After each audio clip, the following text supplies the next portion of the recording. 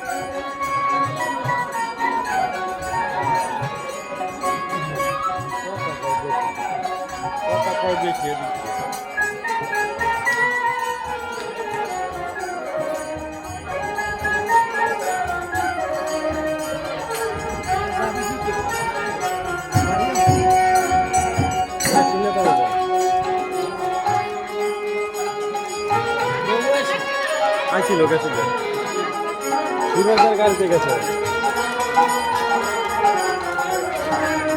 সুরজের গাড়ি আছে না, হয়তো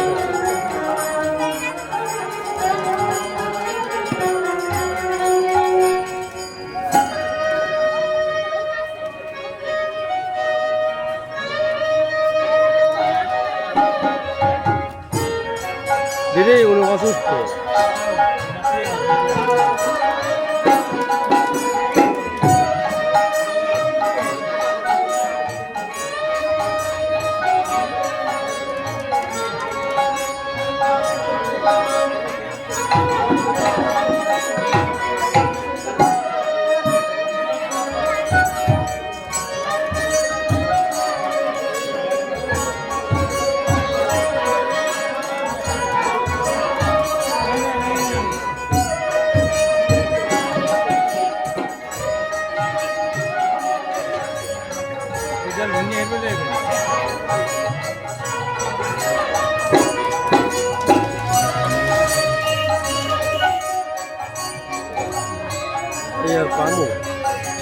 ইয়ার পাম হইতে পর তো মজা উঠেছে।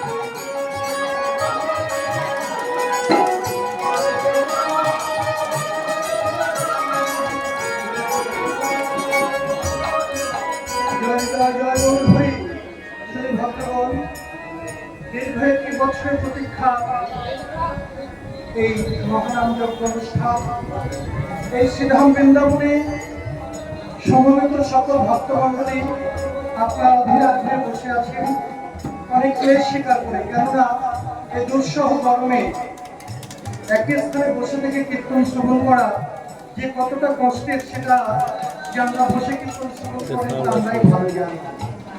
অনেক অনেক ভক্তবৃন্দ আছেন যারা সেই সকাল থেকে এসেছে, এখনো তারা একই জায়গায় বসে নাম শ্রবণ করছে।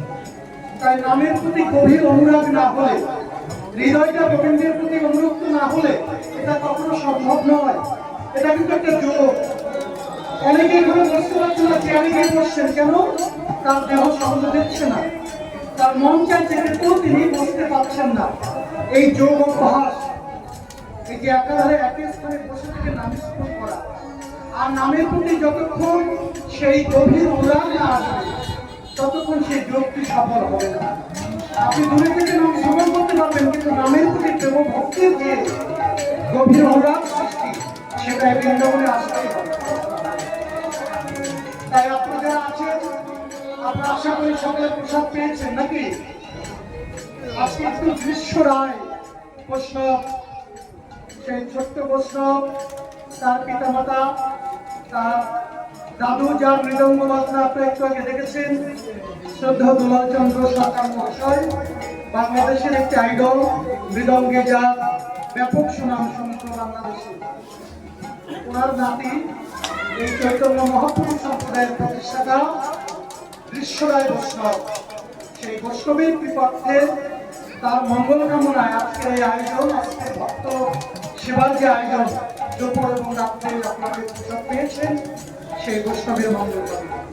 তাই সকলে দোয়া একবার প্রার্থনা করুন, যেন সেই বৈষ্ণব জনকৃপা লাভ করে, যেন জীবদ্দশায় সেই পরম ভক্ত হয়ে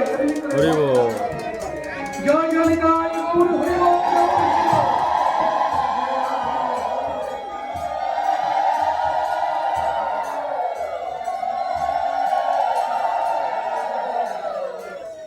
সেই সঙ্গে আগামীকাল দিবারজনী এখানে নাম যে পরিবেশিত হবে, আপনারা জানেন অনেকেই আগামীকাল একাদশী, সেই মহা একাদশী ব্রত পালনের মাধ্যমে যদি কেউ নাম শ্রবণ করতে পারে সেটি জীবনের সর্বোত্তম। কেননা একাদশীর অপর নাম হচ্ছে হরিবাসর। বাসর শব্দ হচ্ছে ঘর, শ্রীহরির নিকটে থেকে যে ব্রত পালন করা হয় সেটা হচ্ছে হরিবাসর বা একাদশী। তাই একাদশীর দিনে উচিত কর্তব্য হচ্ছে কি, আমরা সকলে উপবাস পালন করব, মনটাকে গোবিন্দের চরণ রেখে সতত যেন গোবিন্দের নামের সঙ্গে যুক্ত থাকতে পারি, তবেই একাদশী ব্রত সার্থক। তাই কালকে সেই একাদশী দিনের মহানাম যজ্ঞ, এটা কিন্তু একটি পরম সৌভাগ্যের দিন। একাদশীর দিন নাম সংকীর্তনের ক্ষেত্র পাওয়া, এটা একটা পরম সৌভাগ্যের দিন। তাই আপনারা সকলে আগামীকাল যাদের সামর্থ্য আছে, আপনারা একাদশী তিথি পালন পূর্বক, ব্রত পালন পূর্বক এখানে আসবেন এবং গোবিন্দের নামের সঙ্গে এবার আপনার এখানে আপনার নামের সঙ্গে সঙ্গীত। তো আসুন আমরা রাষ্ট্রমঞ্চে বৃন্দাবন গভীর অপেক্ষায় রয়েছেন সকল দেবী। কিন্তু এই রাশে আমরা যে স্মরণ করলাম ওম নমঃ শিবায়, ওম নমঃ শিবায়, সেই শিব ঠাকুর হচ্ছে কিন্তু পরম বৈষ্ণব। জগতের সর্বশ্রেষ্ঠ বৈষ্ণব হচ্ছেন আমার ভোলানাথ, যিনি পঞ্চমুখের সদা সর্বক্ষণ কৃষ্ণ নাম গুণকীর্তন করছেন। তাই সেই ভোলানাথ হরিনাম সংকীর্তন যেখানেই হয়, যেখানে হয় নব বৃন্দাবন, সেখানে আমার ভোলানাথ সর্বদাই অবস্থান করে। এটা আমরা অনেকেই জানি না। আমরা কি করি জানেন?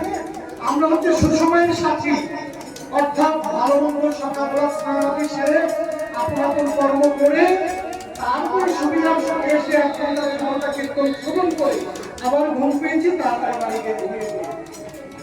কিন্তু এই আঙ্গিনা থেকে ভোলানাথ যান না, এই আঙ্গিনা থেকে পঞ্চতত্ত্ব কখনোই যান না।